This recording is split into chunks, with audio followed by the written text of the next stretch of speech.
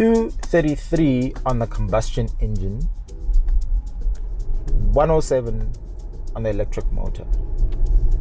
Combustion engine just literally kicked in now.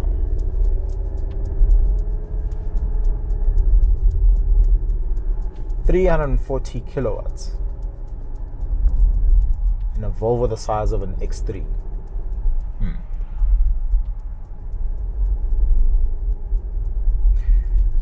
You know what? I'm not gonna lie. I'm utterly disappointed at how we are not jumping onto Volvos as much as, I don't know, maybe it's my generation. I mean, like, Volvos have always been known as dikoloi tsa batho ba baholo, for lack of a better word. You know, older generation, because they are highly reliable. People essentially say that there's nothing exciting about driving a Volvo. I disagree.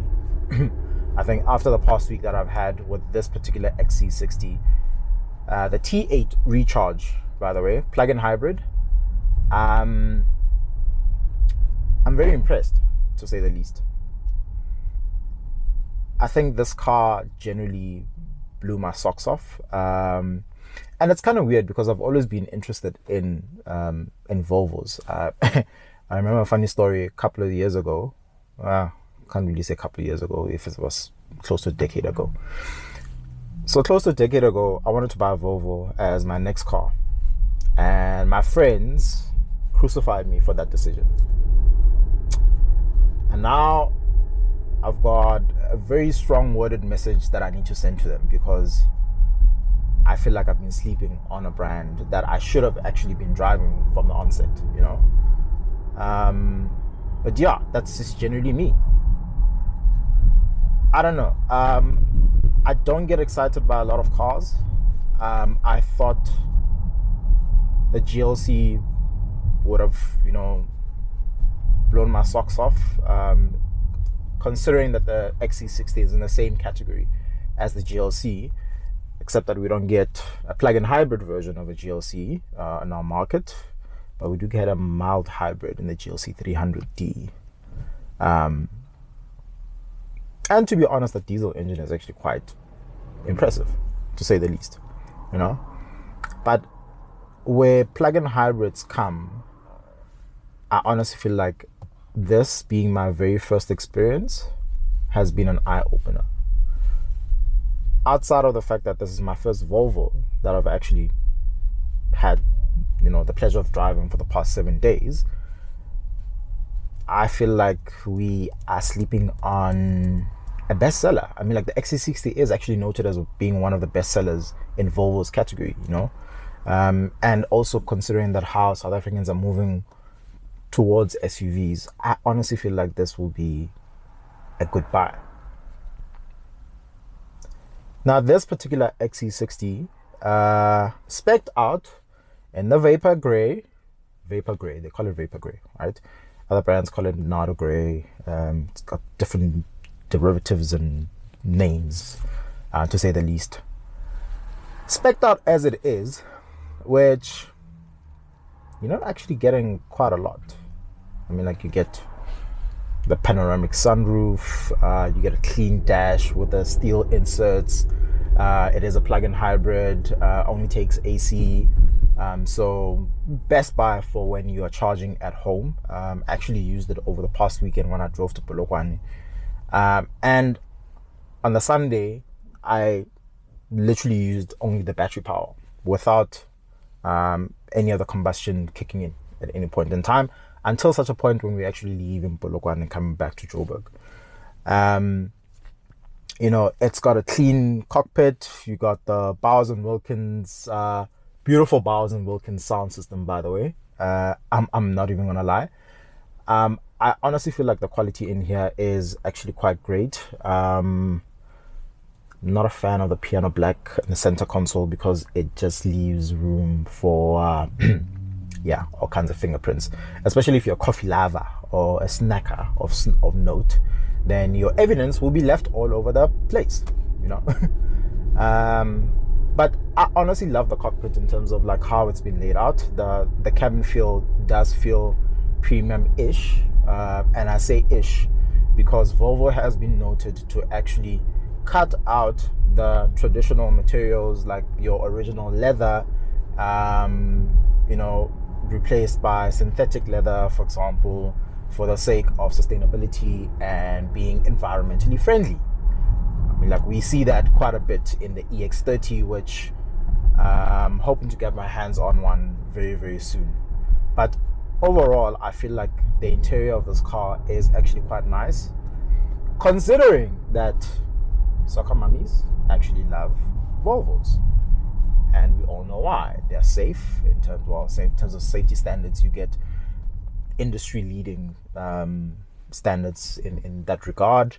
They're sustainable. I mean, like, so this car actually has it's a twin motor, and it's got a petrol engine which has a tank capacity of about 71 liters. I did the math over the weekend, and you're looking at about $1,900 for a full tank. $1,900 in this particular car will literally last you, well, let's just, for example, you're doing just the school runs, no highway drives and the likes, essentially about close to 2 weeks. Yeah, essentially close to 2 weeks, which is something that I oddly enjoy. Now, speaking about the electric motor and combustion engine combination, it has been quite an interesting drive for me. Woo, wow. Firstly, you need to consider that, wow, that was a major accident there, dang. Debris everywhere. Now, you need to consider two things, right? So this is a plug-in hybrid, so it will prioritize the electric motor over the combustion engine at any moment in time. And you actually feel that when you're actually driving the car. It'll be quiet, especially when you're coasting. A lot of the times when you don't need the power, the electric motor will actually take center stage, you know. When you start up the car, the electric motor is priority. When you're driving off, it eases off the power. The minute that you put your foot down, then the electric motor is cut out, and then the combustion engine kicks in seamlessly. It's like Volvo's mechanism, like it will actually determine which gear you're supposed to be in, and it will actually engage the gearbox into that particular gear, so that it literally, you don't even feel or even hear anything when you're driving. The other thing about that is that there's been a plug-in hybrid. You would expect that the performance wouldn't be that great, because now you're hauling both combustion parts and the electric parts, so you've got a bit of added weight. In this particular car as well, you also have the air suspension around the car, so you've got the compressor that's actually sitting in the boot, like where the spare wheel is supposed to be, right next to the batteries. Now, a lot of people might think that, you know what, with the extra weight, the car wouldn't actually perform. I'm happy to report that it actually does. Put your foot down, the engine literally kicks in seamlessly,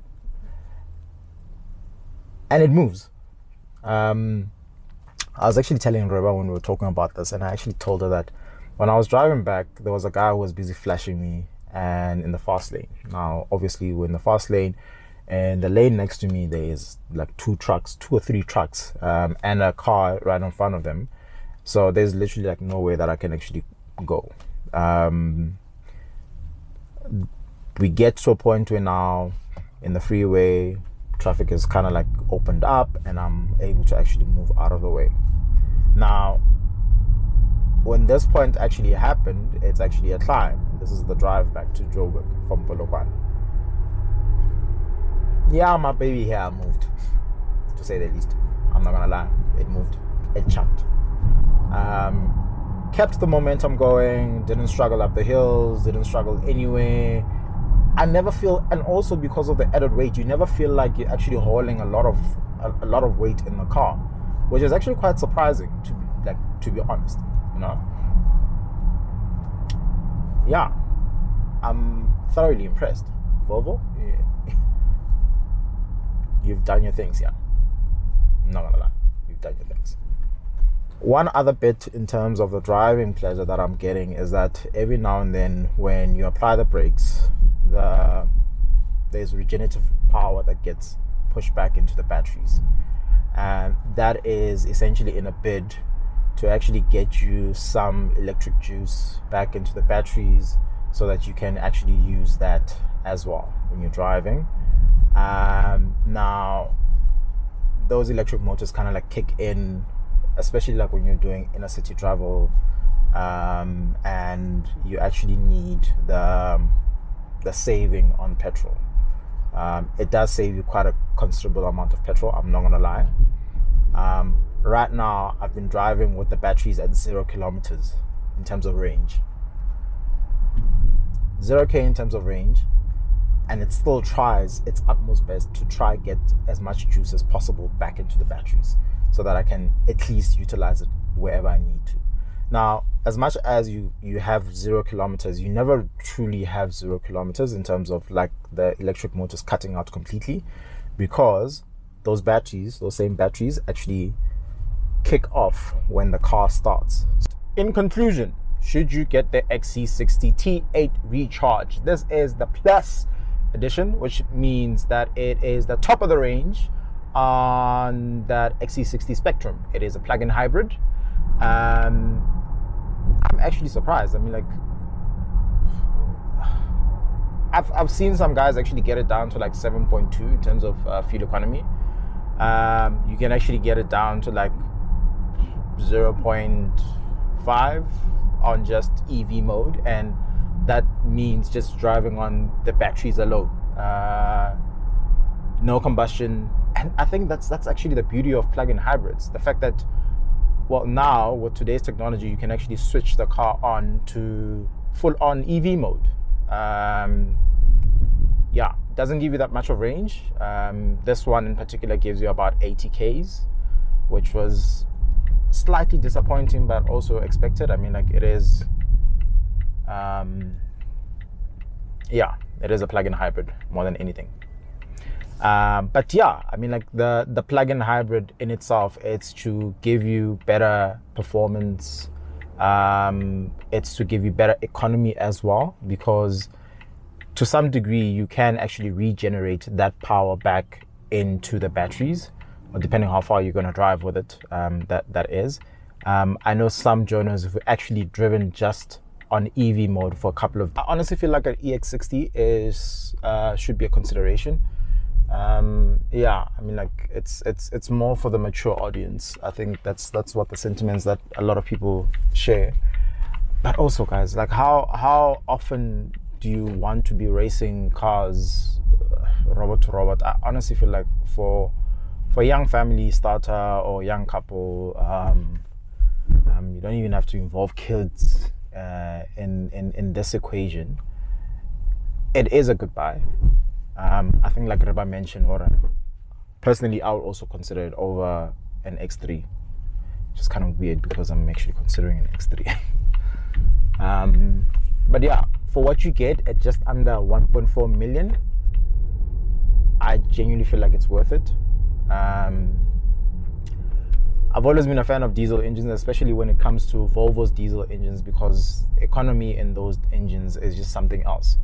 But it seems like with this plug-in hybrid system, they might have had a good combo going on here, and it'll be nice to actually see how they refine it in the future.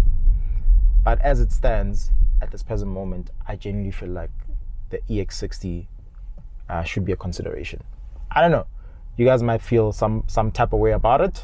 Yeah, let me know in the comments below, and yeah, we'll check out the next one, which is an EX90, for all of you guys who are thinking of something bigger. You know, you're considering a Volvo, but you're thinking of something bigger. And yeah, I'm actually going to drop them back to back, EX60 then EX90, just so that you guys can see a bit of comparison in the two. Also try throw in a bit of figures in terms of finance from that perspective. I'm Sammy. Thank you very, very, very much for tuning in, and yeah, I'll catch you guys next time.